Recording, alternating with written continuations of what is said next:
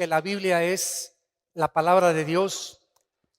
¿Tienes tú las municiones y los argumentos para rebatirlo?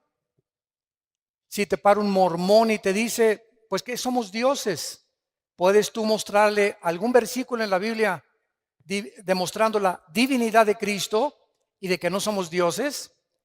Y es importantísimo que todos los cristianos, en el mundo que nos encontramos, del ateísmo, del escepticismo y del agnosticismo, materialismo, humanismo, evolucionismo y todos los ismos e ideologías que hay, que entendamos claramente qué es la Biblia. Miren ustedes, si yo pongo la Biblia del lado derecho y pongo a la izquierda las doctrinas y convenios y la perla de gran precio del libro de los mormones, el Ramayana o los Vedas de la India, el Menji Chu Tsiu Da Huese de Confucio, el Tripitaka y el Lotus de Buda, el Corán del Islam y la Biblia del lado derecho, ninguno, escuchen esto, ninguno de los libros que se consideran sagrados tiene las evidencias científicas, arqueológicas, antropológicas, genéticas, físicas, históricas, literarias, poéticas, psicológicas, sociológicas que tiene la Biblia. La Biblia es un libro indiscutiblemente singular y no existe en los billones de volúmenes de literatura en el mundo entero algún libro que se le pueda comparar. Actualmente tengo ya 35 años, no de edad, ¿verdad? Ni de convertido, de predicar y dar este mensaje a las naciones del mundo. En estos 35 años, Dios es testigo de que he retado a científicos, ateos, agnósticos, escépticos, físicos, matemáticos, ingenieros, políticos, presidentes, gobernantes, con esta pregunta: ¿alguno de ustedes me puede presentar un libro mejor que la Biblia?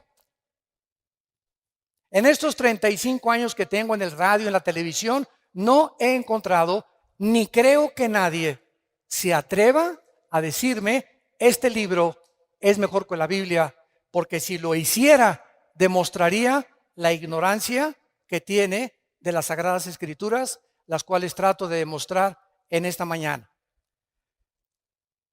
Si nosotros ponemos realmente del lado derecho a Jesucristo y ponemos aquí junto a Mahatma Gandhi, a Confucio, a Buda, al Ramayana, al Maharaji Chachi Kukulachi y a todos los filósofos orientales que se dicen dioses, no hay ningún líder religioso en toda la historia del ser humano que se compare con Jesucristo.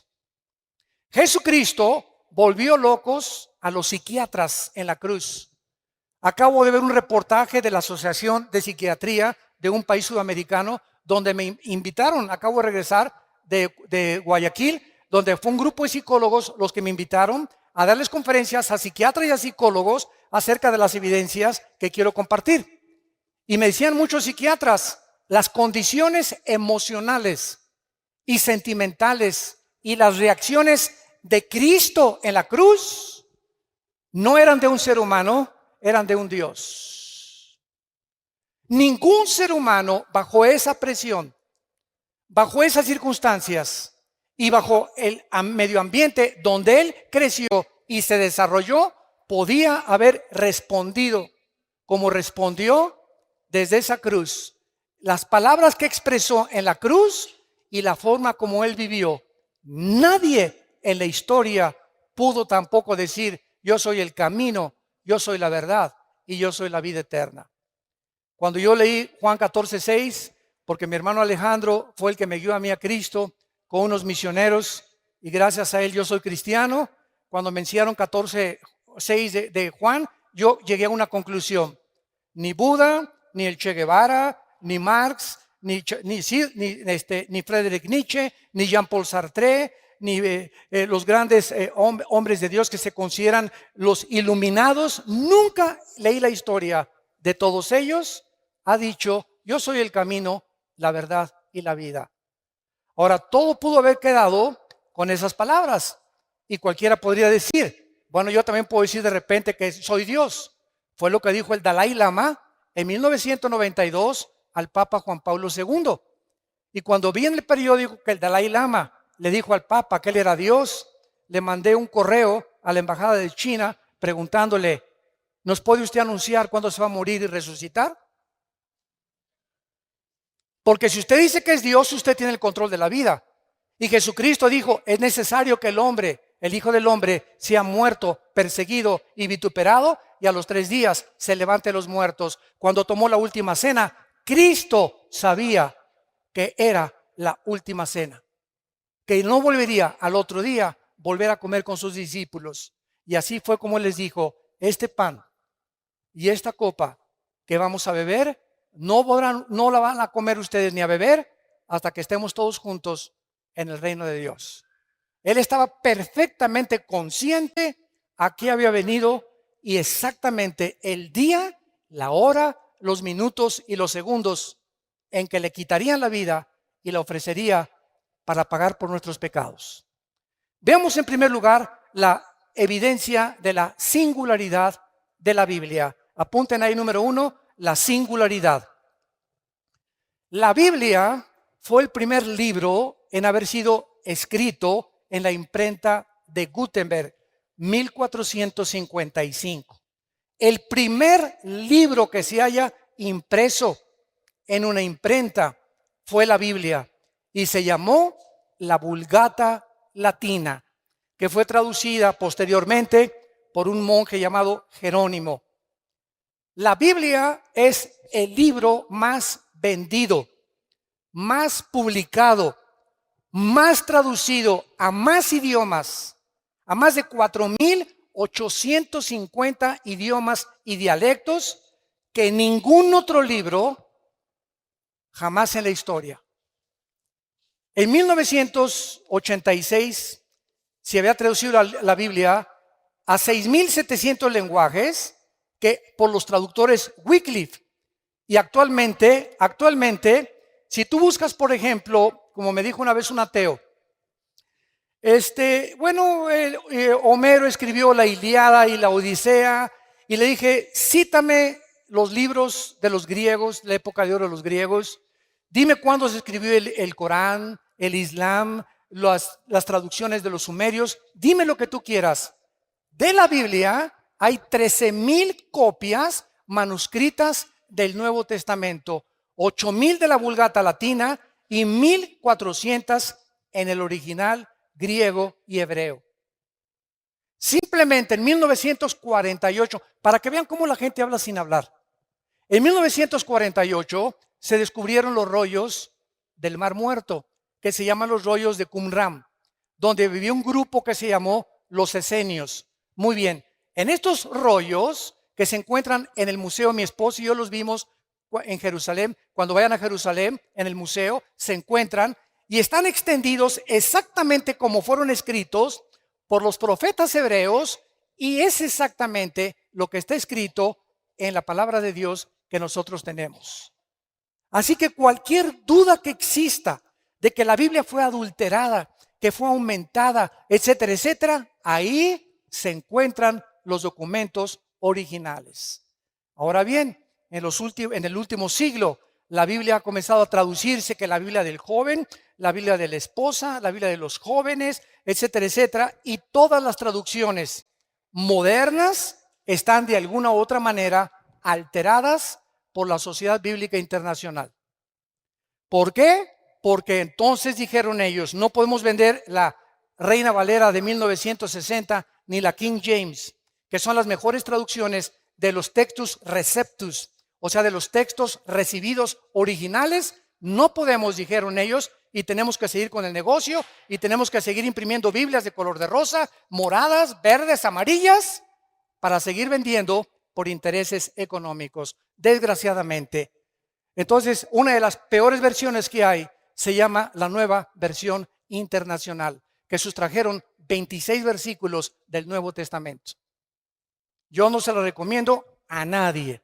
Entonces, esto nos muestra claramente, ¿verdad?, el ataque que la Biblia tiene. Por ejemplo, después de su muerte, un hombre que se llamó François Voltaire, en 1778, un ateo agnóstico que persiguió a la Biblia y a los cristianos en Francia, dijo lo siguiente antes de morir: la Biblia jamás podrá, después de mi muerte, pasar a la historia y nadie la volverá a publicar.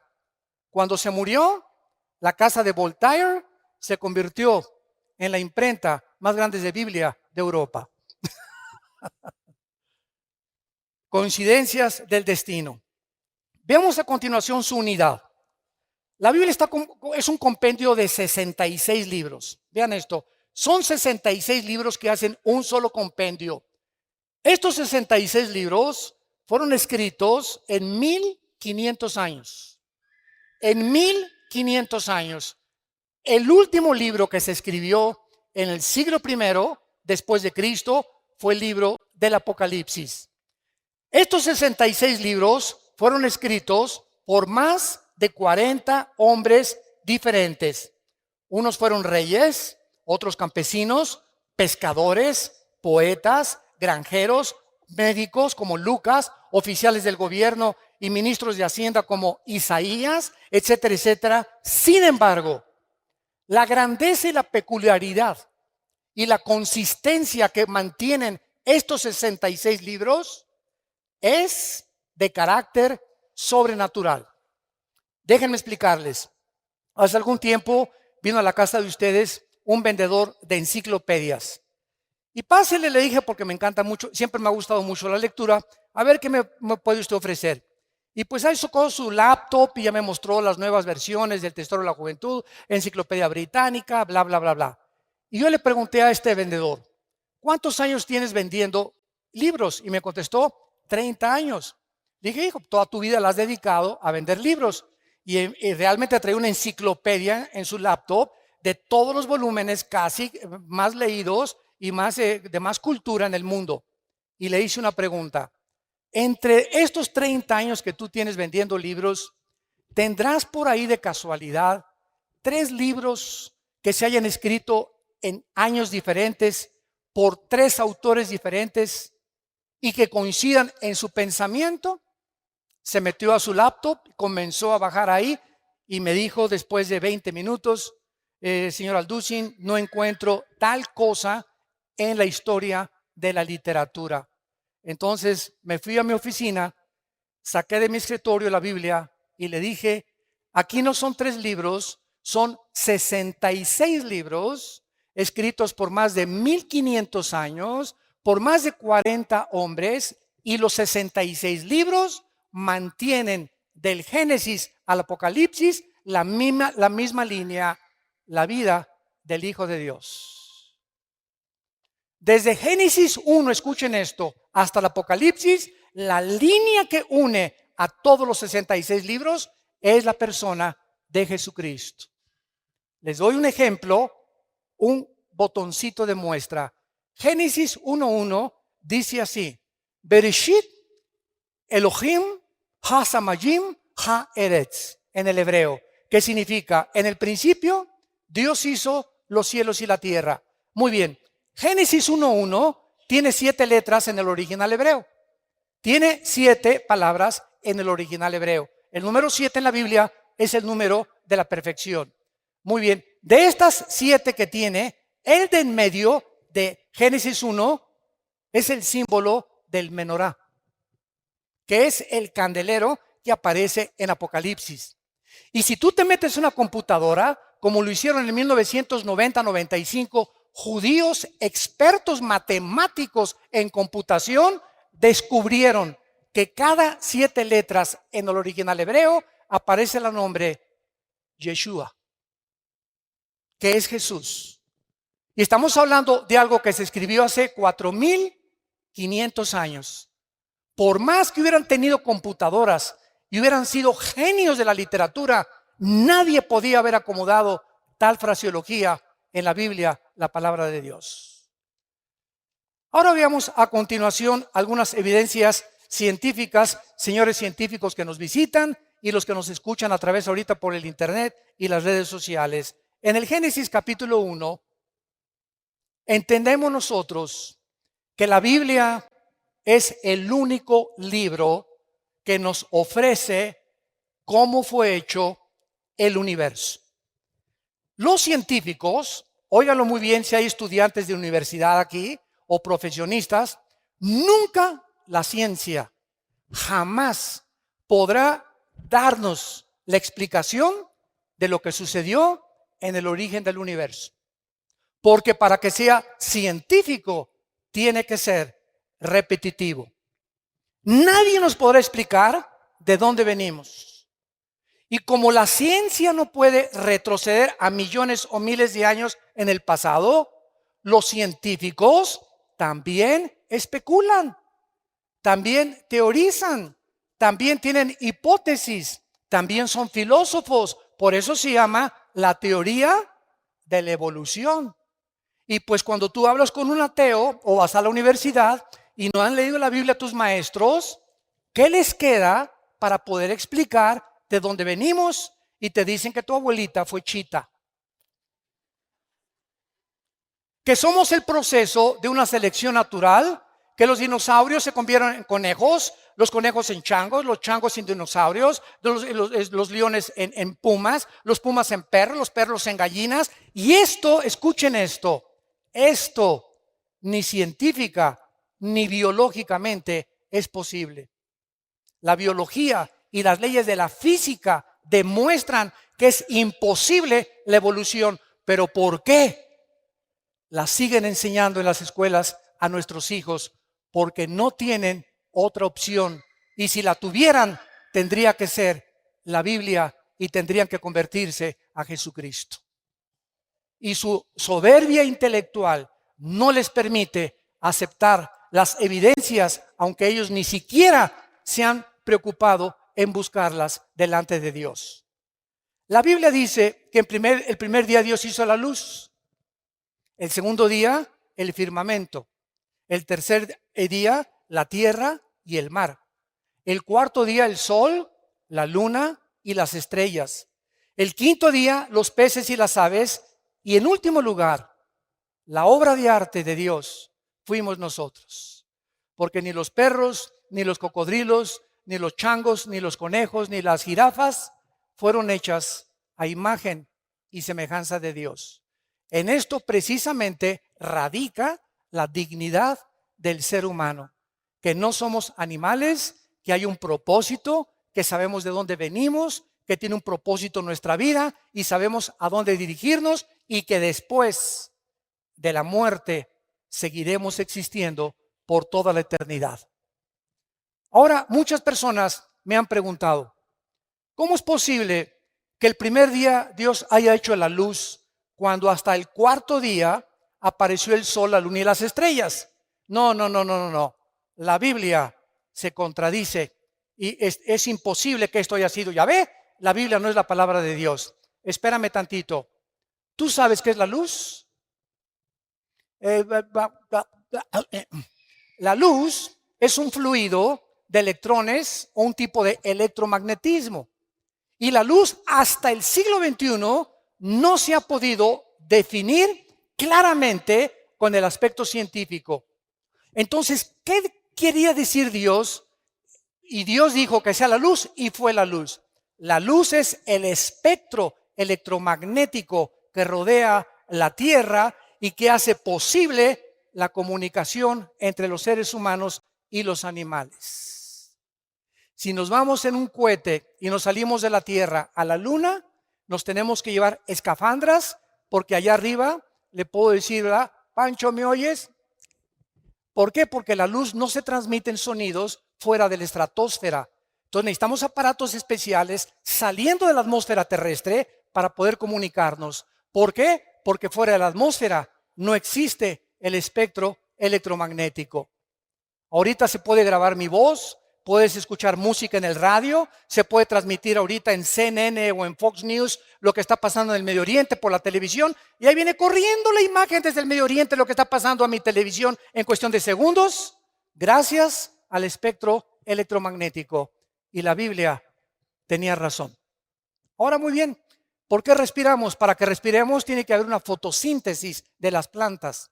Y las plantas, para que existan, necesitan tener el agua. El orden en que Dios pone la creación del universo es exactamente el orden que la ciencia comprueba que era necesario para que la vida apareciera.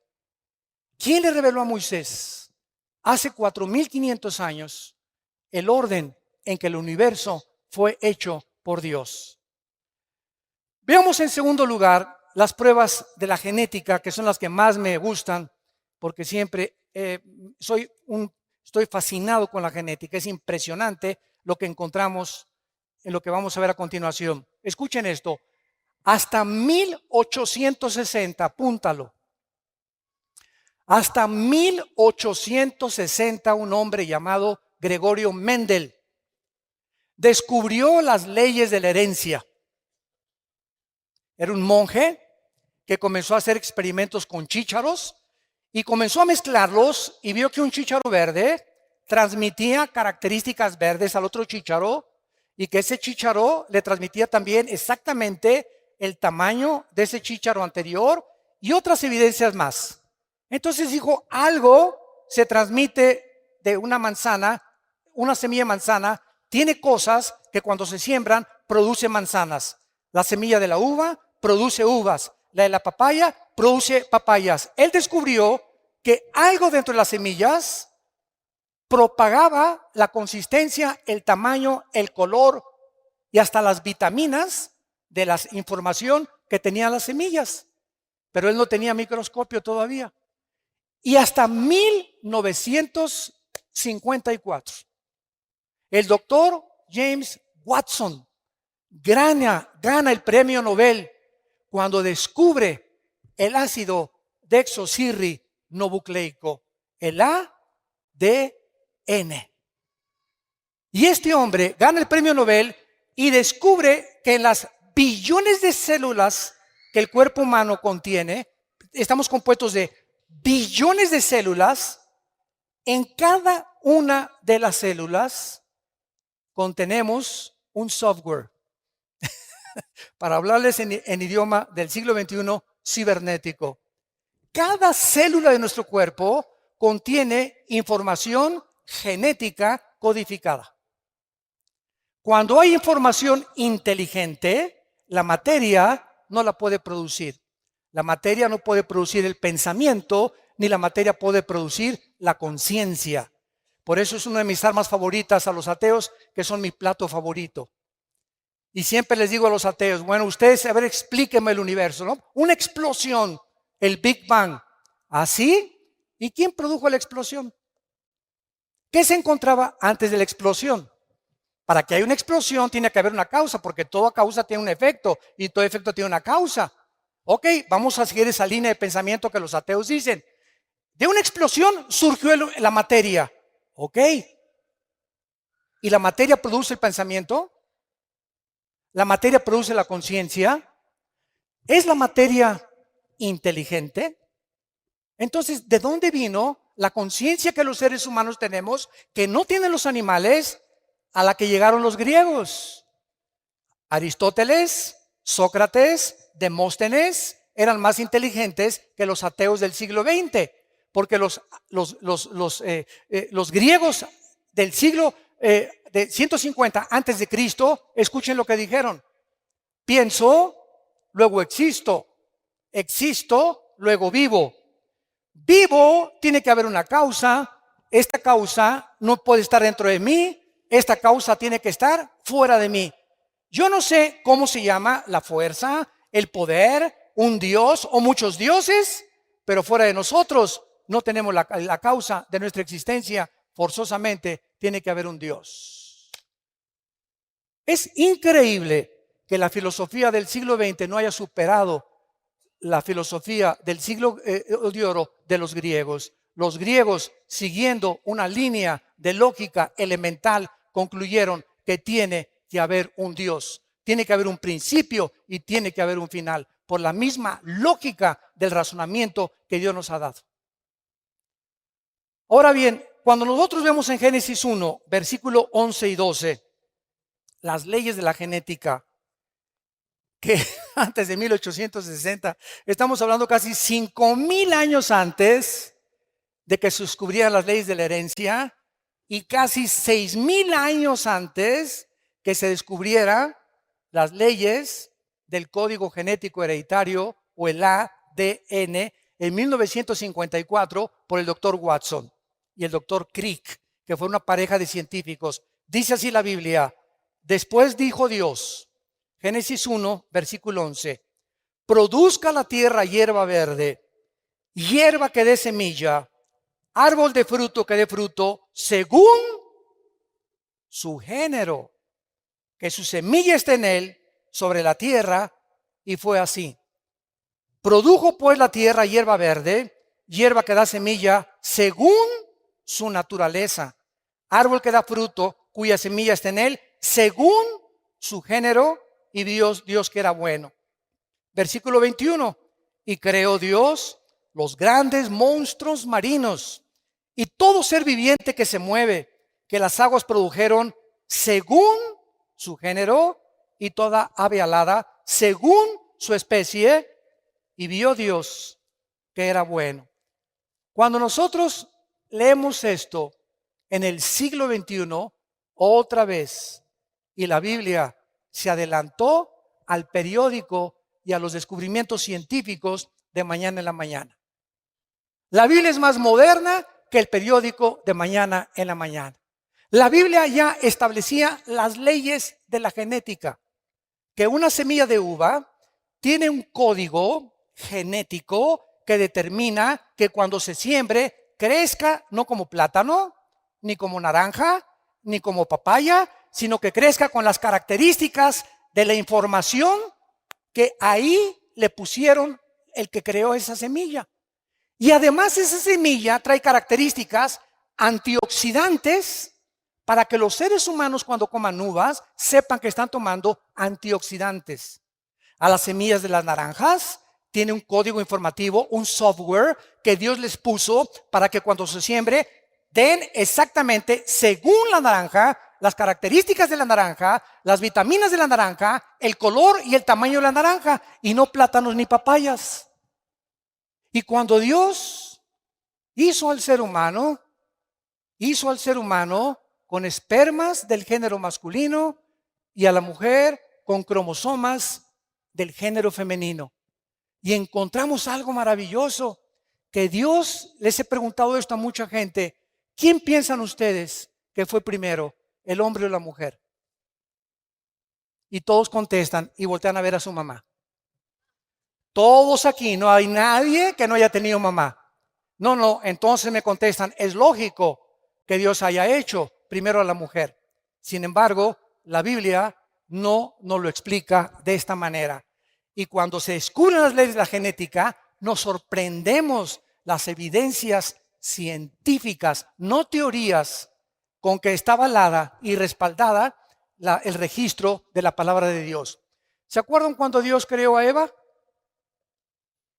¿De dónde la sacó? Muy bien. Primero Dios hace al hombre. Agarra el polvo de la tierra, así de lodo nos hizo a nosotros, varones. Así de lodo a los hombres, ¿verdad? Así toscos, bruscos. Y ya después de que hace a Adán como una estatua, Dios hace esto. Y Adán recibe algo que no recibió Chita, ni los gorilas, ni los rinocerontes, ni los pájaros, ni los perros, ni los gatos. El hombre recibe el aliento directo, infundido de Dios, porque dice Eclesiastés 3:11 que Dios pone desde ese momento la eternidad en el corazón humano. Dios sopla dentro de él algo que era de él, de Dios. Y por eso somos a imagen y semejanza de Dios. Y después de que Dios crea a Adán, pues lo lleva al huerto y lo pone a labrar el huerto y a poder sembrar en el huerto. Trae a todos los animales para que les pongan nombre. Y ya que Adán vio que Chita no podía ser su novia, ni la jirafa, ¿verdad? Ni ninguna leona, ni ninguna tigresa por ahí. Entonces Dios pone a dormir en capítulo 2 del Génesis a Adán, y escuchen lo que pasa. Esto es impresionante. Adán duerme y Dios, dice la Biblia, que saca una de sus costillas, porque la palabra en el hebreo es selah, que significa costilla.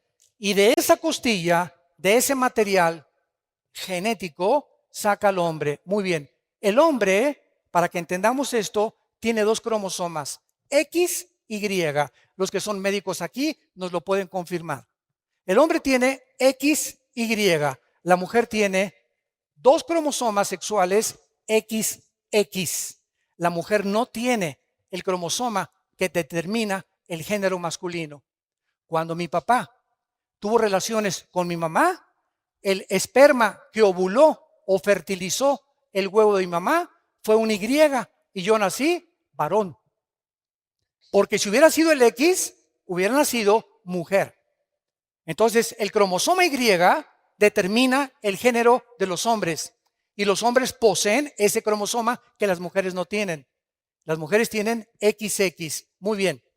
Si Dios hubiera sacado a la raza humana del material genético de la mujer, la raza humana no se hubiera podido reproducir. Porque precisamente es en los huesos, en la médula de los huesos, donde se produce la sangre. Y es precisamente en la sangre donde viene la diferencia entre los cromosomas del hombre y la mujer. Si vas a un consultorio médico, a los laboratorios del Chopo, por ejemplo, y te hacen un examen de sangre, te dicen si eres hombre o mujer. En la pura sangre nada más. Ahora, pasaron miles de años y se le aparece el ángel a María. Y le dice a María, vas a ser mamá. Y María se espanta. ¿Cómo que si ni a Cancún nos hemos ido? ¿Verdad? ¿Cómo que voy a ser mamá? Espérame tantito, no te me adelantes, y estamos comprometidos, no nos hemos casado. Y además la ley judía dice que si yo me embarazo antes de casarme, hasta pedradas me pueden matar. Y el ángel Gabriel, en Lucas 1 y en el Evangelio de Mateo, le dice a María, María, no te preocupes, Dios va a engendrar en tu vientre a un hombre llamado, y le vas a poner por nombre Jesús. Ni José ni tú le van a poner el nombre. Y sabes una cosa, María, que ese ser que van a nacer no va a ser engendrado por José. José no se va a meter contigo. Muy bien, hace 2000 años que fue escrito esto en el Nuevo Testamento, nadie entendía por qué Cristo tenía que nacer virginalmente. ¿Por qué José no podía tener relaciones con la Virgen María? Simplemente porque el cromosoma Y de José venía infectado desde Adán. Porque por un hombre entró el pecado y el pecado se transmitió a través de toda la raza humana hasta nosotros. Todos los seres humanos, todos sin excepción, desde Adán, hemos nacido infectados por el pecado. Carlos Marx le decía la lucha de clases. Sigmund Freud, el problema del Medio Oriente y la sexualidad infantil. William Shakespeare, el defecto trágico. Y muchos hombres han tratado de por qué el hombre es contradictorio en su comportamiento. ¿Por qué esa conducta autodestructiva con la cual nacemos? ¿Por qué a los niños no les enseñas a portarse mal? Desde que están chiquitos, un niño al año y medio es el más grande dictador de su casa. Un niño al año y medio, a los 2 años, ¿verdad? A los 3 años, no quiero mi juguete, quiero el de Pepito. No se hace eso, niño, no me hace berrinchito. Y vemos que hay algo dentro del ser humano que va en contra de toda autoridad, de todo lo que se les dice. Y se les enseña a portarse bien, porque el mal nacimos con él.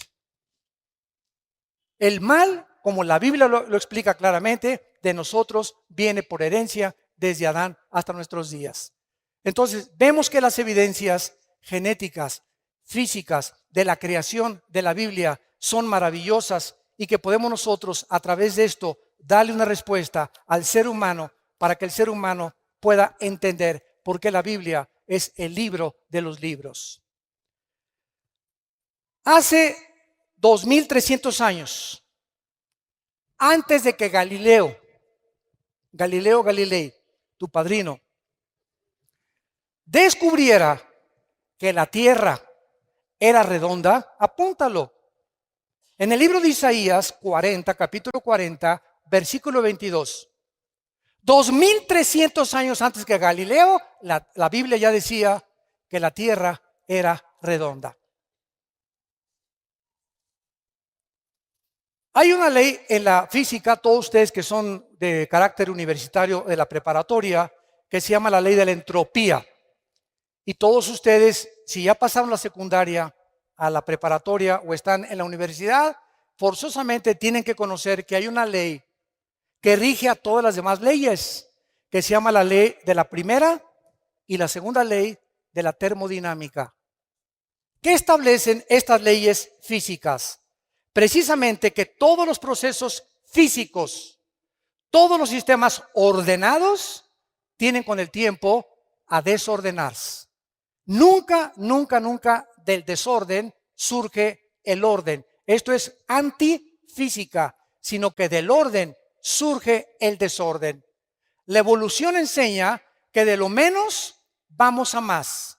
Y la Biblia enseña que fuimos coronados como la creación máxima de Dios y estamos como los cangrejos en lugar de evolucionar. Claro que hemos evolucionado tecnológicamente y científicamente como criaturas físicas y como criaturas intelectuales, pero como seres humanos hemos hecho el ridículo porque estamos en el siglo XXI y ahorita en noviembre del año 2015 el mundo está a punto de entrar a una tercera guerra mundial.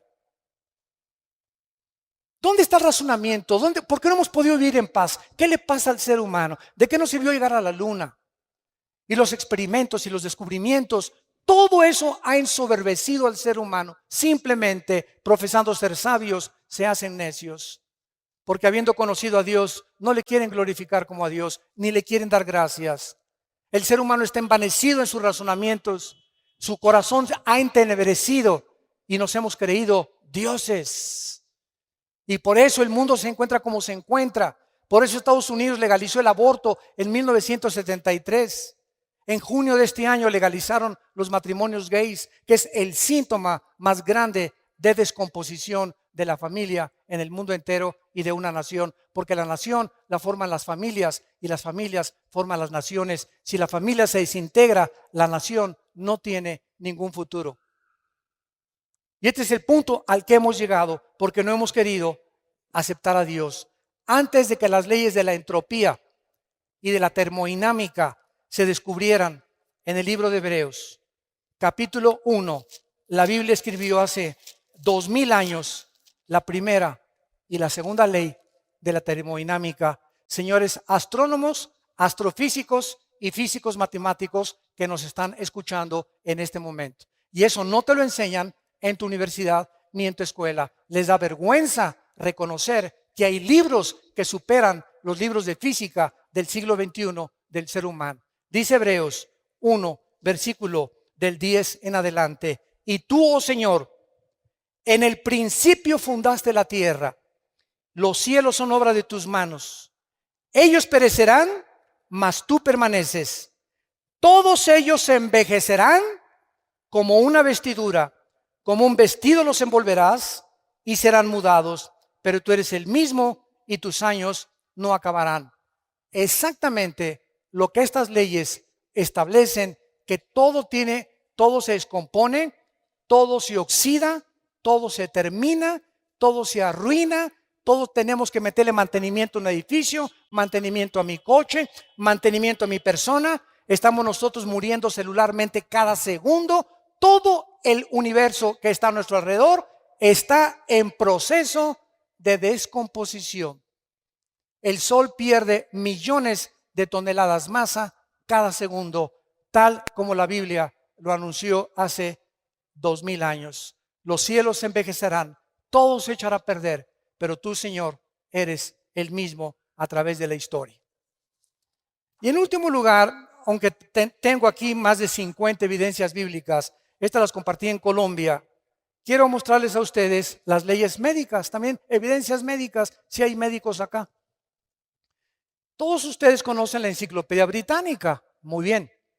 La Enciclopedia Británica, no la Biblia, la Enciclopedia Británica documenta que en 1845 había un hombre médico llamado Ignacio Semmelweis.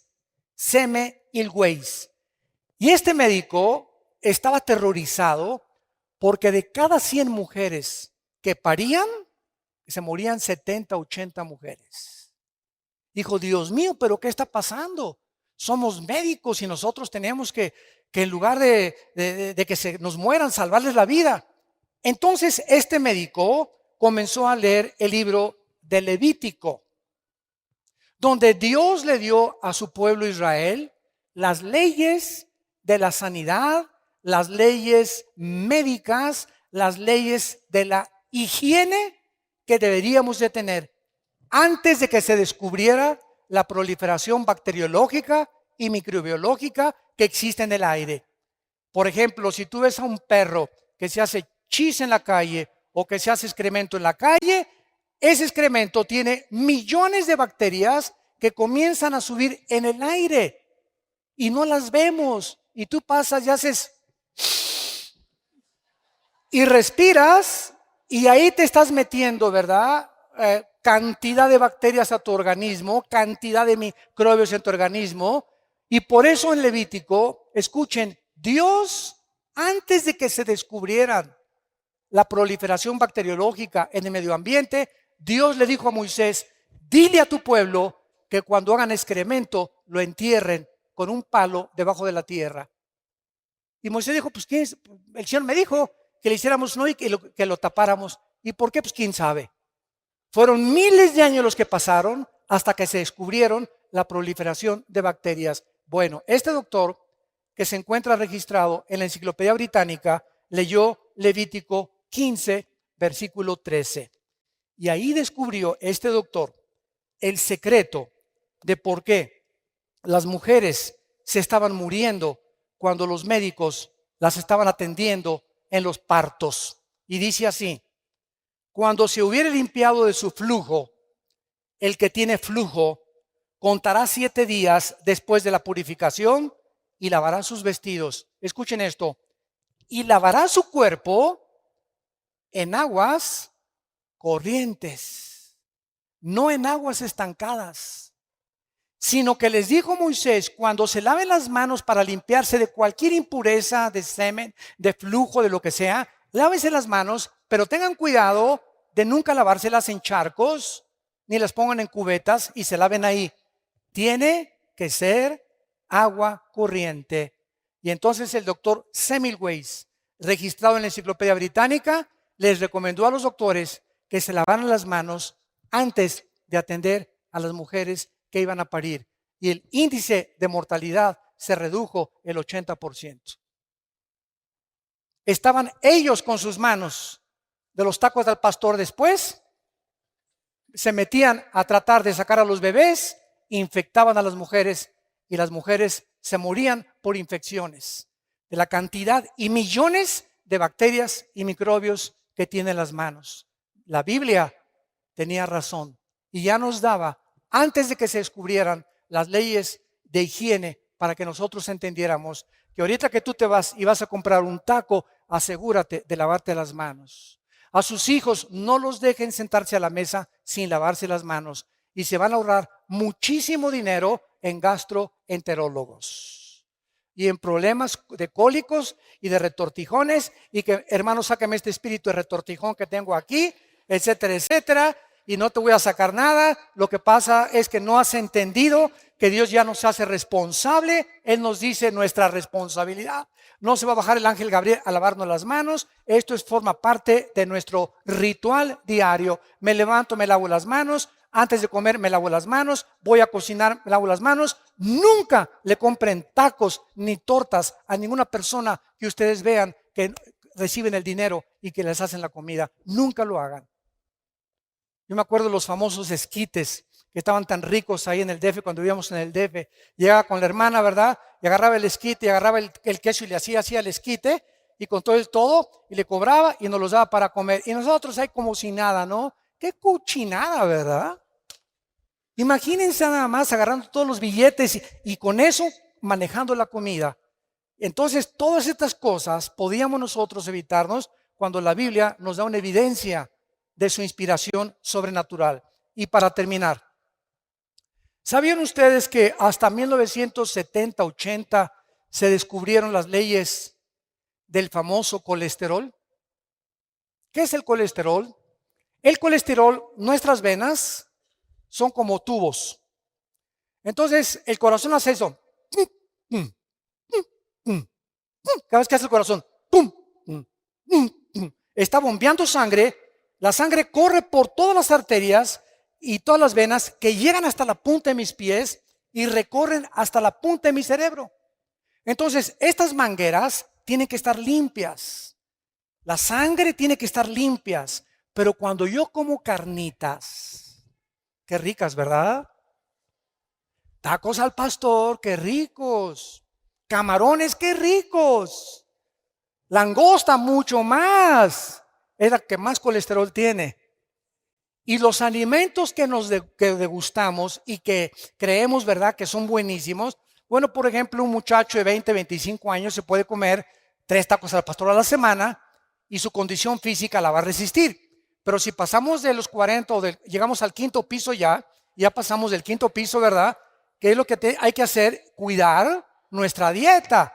Y lo más importante, el colesterol. Muy bien, si yo no cuido el colesterol y como mucha grasa animal, o mucha carne, por ejemplo, o muchos camarones, o muchas cosas que Dios prohíbe en Levítico capítulo 11, mis venas, la tubería, se comienzan a bloquear.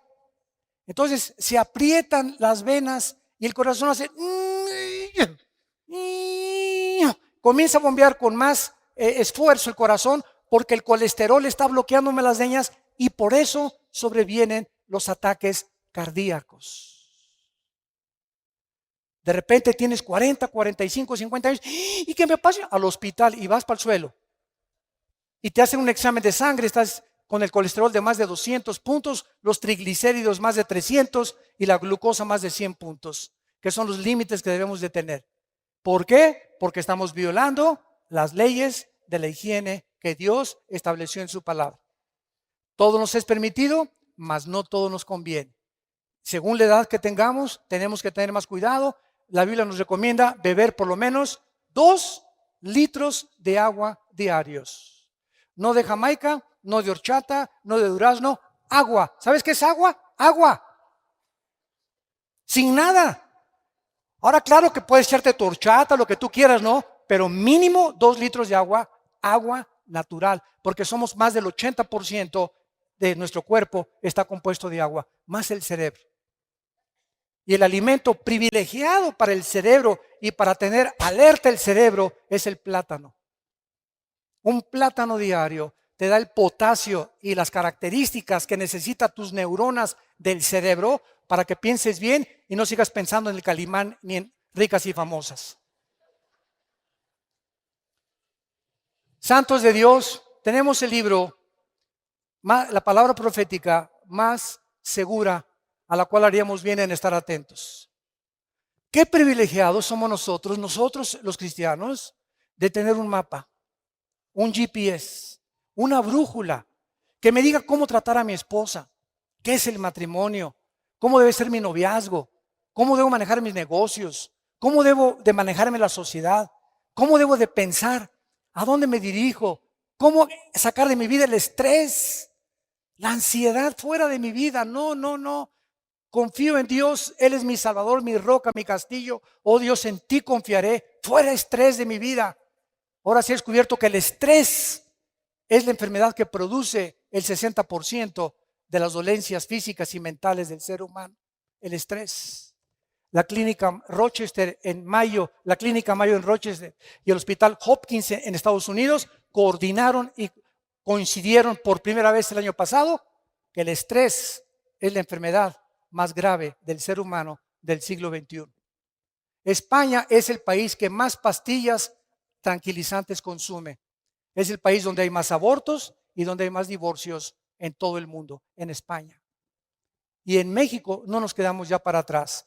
Cantidad de ustedes están recurriendo a Valium, a Prozac, a tranquilizantes nerviosos para poder funcionar químicamente. Y te estás drogando sin que tú te des cuenta. ¿Por qué?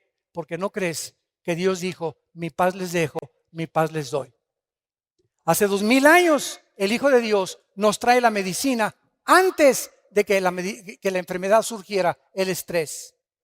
¿Qué es el problema de la gente estresada? Que no tiene paz. Y si tú no tienes paz, no puedes pensar. Si no tienes paz, no puedes orar. Si no tienes paz, no puedes venir a la Biblia. Porque como Pepita en Comal llegas, ¿verdad? Y el Espíritu Santo te dice, aplácate, sereno moreno primero. Tranquilino pino cocolino.